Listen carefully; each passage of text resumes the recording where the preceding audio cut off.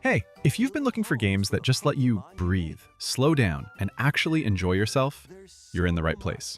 Today we're counting down the top 10 cozy games you need on your Nintendo Switch and Switch 2 in 2026. Let's get into it. Unpacking is one of those games that sounds almost too simple on paper. You unpack boxes and put stuff away. That's literally it. But somehow, it becomes one of the most emotionally gripping experiences you'll have on Switch. You move through different homes across different chapters of a person's life, and the only storytelling happening is through objects. A stuffed animal that shows up in every single move, a framed photo that ends up in a drawer instead of on the wall. You start reading between the lines and building a whole story in your head without a single line of dialogue. The gameplay is pure puzzle meets organization, finding the right spot for each item, figuring out where things belong in a new space. It's relaxing, but also oddly satisfying, like when you finally find the perfect shelf for a plant. No timers, no pressure, no fail states. Just you, some boxes, and a life slowly unfolding room by room.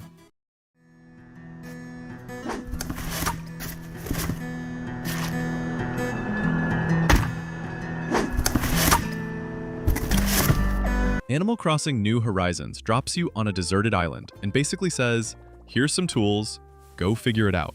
And that freedom is exactly why millions of people got completely lost in this game. You build up your island from nothing, invite animal villagers to move in, decorate every corner the way you want it, and just vibe.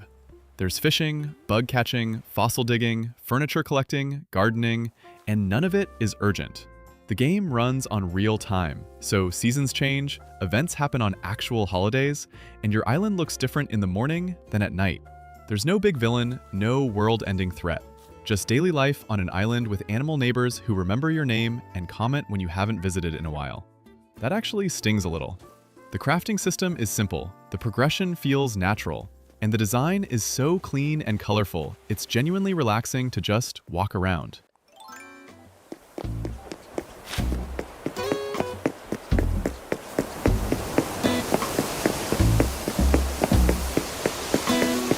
Goodnight Universe is one of those cozy narrative games that feels more like experiencing a memory than playing a traditional game.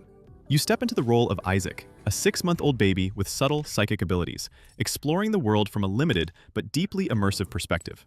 Gameplay is simple, observing your surroundings, interacting with objects, and making small emotional choices.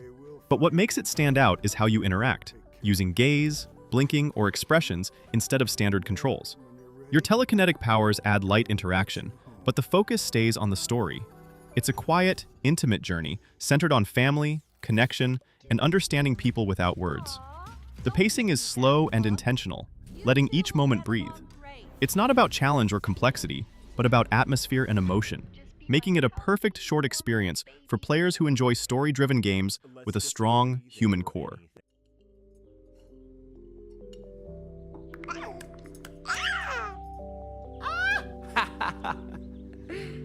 Oh, look, he's got my... Spiritfarer is a management and exploration game where you play as Stella, a fairy master who helps spirits of the deceased move on to the afterlife. You sail around on a customizable boat, meet these spirits, each one a distinct personality with their own story, needs, and things they want to do before they go. You farm, cook, fish, build structures on your boat, craft items, and spend time getting to know everyone on board. The gameplay loop is hands-on and satisfying. There's always something to do, somewhere new to sail, someone new to talk to. But the real weight of this game is emotional. These characters feel real. You learn their backstories bit by bit, and eventually the time comes to say goodbye. It doesn't hit you with a sledgehammer. It sneaks up on you slowly. Some moments in this game genuinely hit harder than most story-driven titles with 10 times the budget.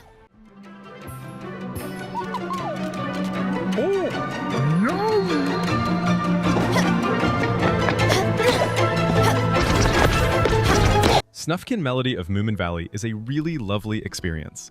You play as Snufkin, a wandering musician who returns to Moominvalley to find it overrun by a grumpy park keeper who's been planting no signs everywhere and banning fun. Your job is to explore, free the little creatures called Hattie Fatteners, and use music to restore joy to the valley. The gameplay is a mix of light stealth, puzzle solving, and music mechanics.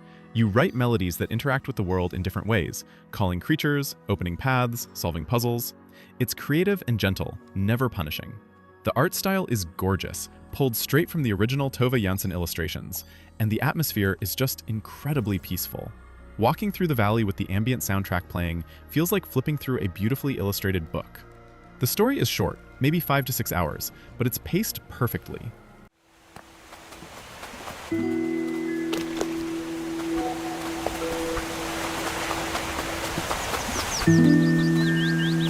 Story of Seasons Grand Bazaar is a farming sim with a twist that immediately makes it stand out every week you pack up your goods and set up shop at the local bazaar. So on top of growing crops, raising animals, mining, fishing, and building relationships with townsfolk, you're also managing a stall and actually selling your stuff directly to customers. It adds this satisfying rhythm to the week. You grow and produce things Monday through Friday, then show up Saturday ready to sell. The bazaar itself grows and evolves over time as you attract more vendors and bring more life to the town. It's the kind of game where one more season just naturally turns into 5 more seasons. The characters are warm and have real storylines you unlock over time, and the romance options are genuinely endearing rather than just checkbox mechanics. Visually, it's bright and cozy, and the Switch version runs smoothly.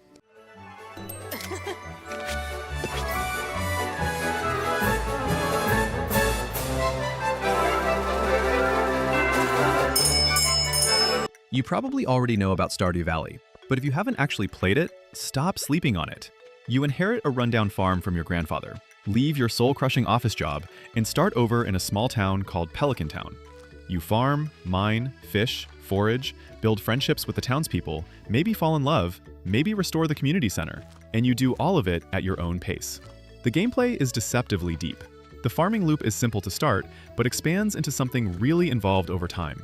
The mine system gives you an actual challenge if you want it, with increasingly tough floors and monsters. And the villagers all have real personalities, schedules, and multi-layered stories that only reveal themselves once you put in the time to know them. There's also multiplayer if you want to farm with friends.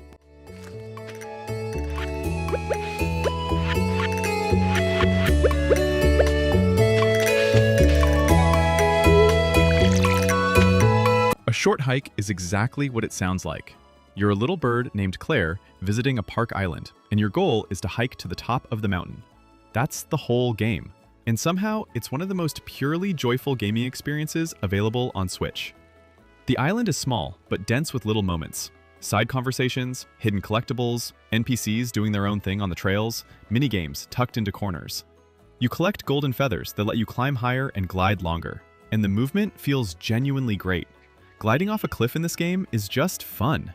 There's no stress, no timer, no punishment for wandering. The pixel art style has this soft, painterly look that's super easy on the eyes, and the soundtrack is acoustic and warm. The whole game takes about an hour or 2 to finish, but it's one of those experiences where you don't want it to end.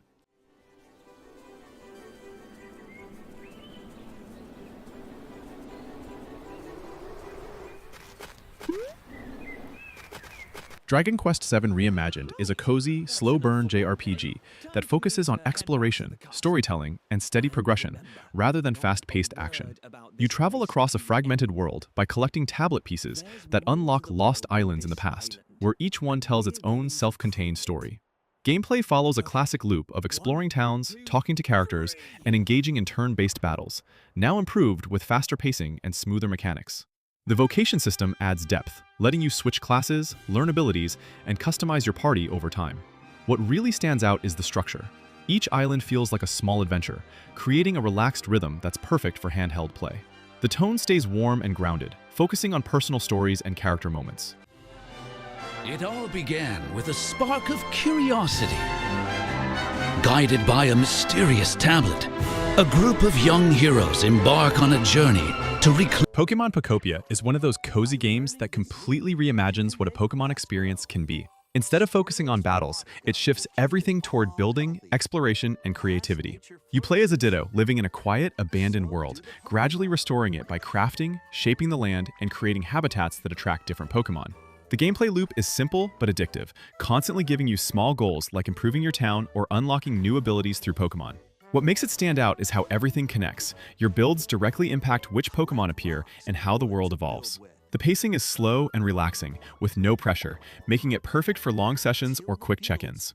It's a fresh, cozy take on the series that feels both nostalgic and completely new at the same time.